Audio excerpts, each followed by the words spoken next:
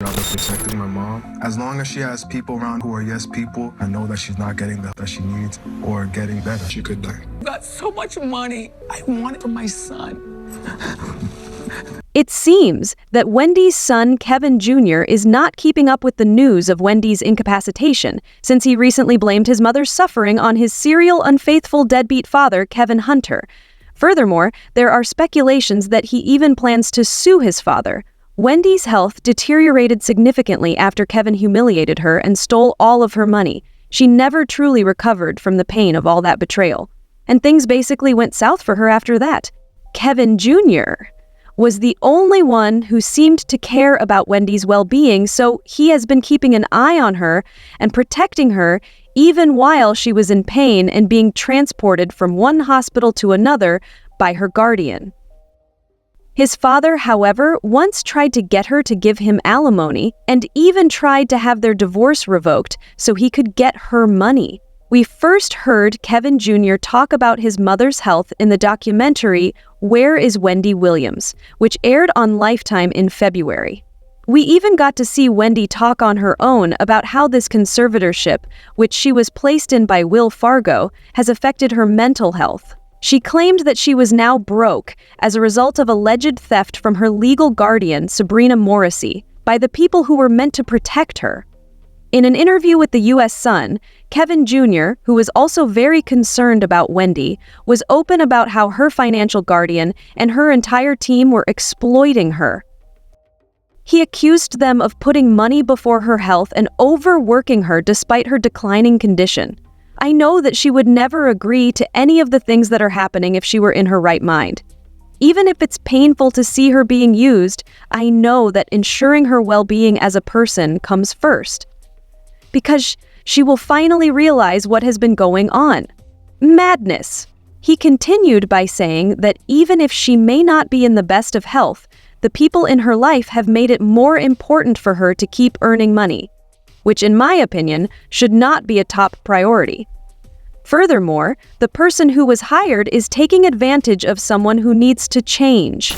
Confused, and she looked skinny, like she needs a break. That because she was drinking so much, it was starting to affect her headspan, her brain. So I think they said it was alcohol-induced dementia. I want the family to become the guardian.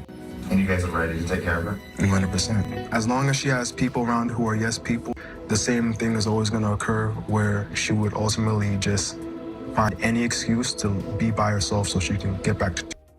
And since they were more preoccupied with flaunting Wendy and worsening her condition rather than curing her, Kevin wasn't lying. A few days ago, Wendy's guardian, Sabrina, made public the news that Wendy's illness had gotten worse over the preceding few days, leaving her permanently disabled, including being unable to talk. She revealed this in a lawsuit, describing Wendy as a famous entertainer who unfortunately had early-onset dementia, rendering her permanently intellectually impaired.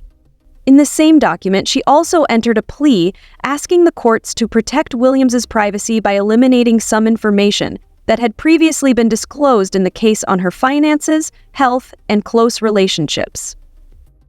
Insiders claim that Kevin Jr. did not take this news well and continues to deny it. Additionally, he held his father, Kevin Hunter, primarily responsible for his mother's current predicament. In fact, when the Shade Room posted a comment below the post announcing Wendy's incapacitation, Kevin implied that the story was untrue. The sources have already indicated that he is in denial, so it's important to remember that this response wasn't all that shocking. It wasn't startling either, because he blamed his father for his infidelity, which really set Wendy off. It was quite justified, in fact. Furthermore, even when she was ill and juggling the guardianship dispute with Wells Fargo, Kevin Hunter persisted in trying to collect money from her, which continued to stress her out.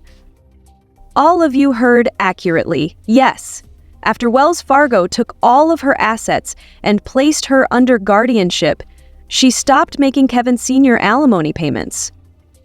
His first move was to drag her to court. Even though Wendy was at the height of her illness and not even in charge of her finances at the time, he didn't care.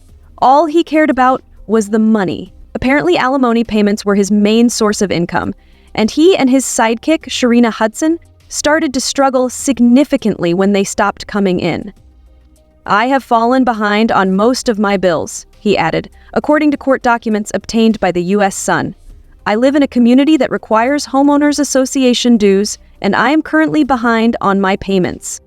If homeowners association dues are not paid, a foreclosure is likely to occur.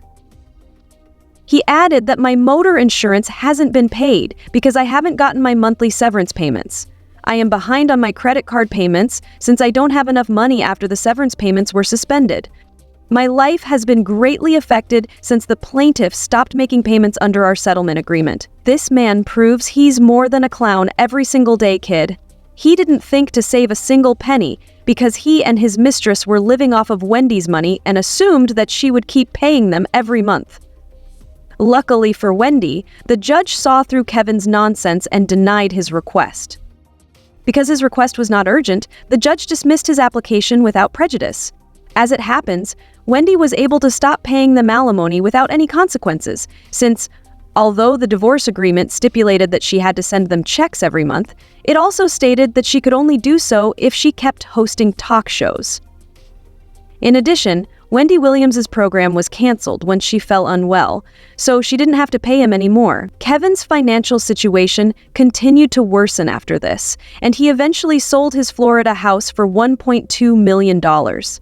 However, as he is currently facing legal action from TJ Maxx for maxing up her $3,000 TJ Maxx card and failing to make any payments, even that was not enough to satisfy all of his liabilities.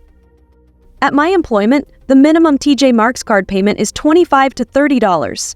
The fact that Sharina couldn't even think of that shows how much she and Kevin were saving from the alimony payments. Kevin did the most egregious thing he had ever done when he realized that alimony payments would never be made again. He attempted to have a judge reverse his divorce from Wendy. That is to say, if they were to remarry, he would have access to her money again. He claims that there was some sort of fraud in the financial documents that led to Wendy's total interests being valued at $7.3 million, according to the U.S. Sun.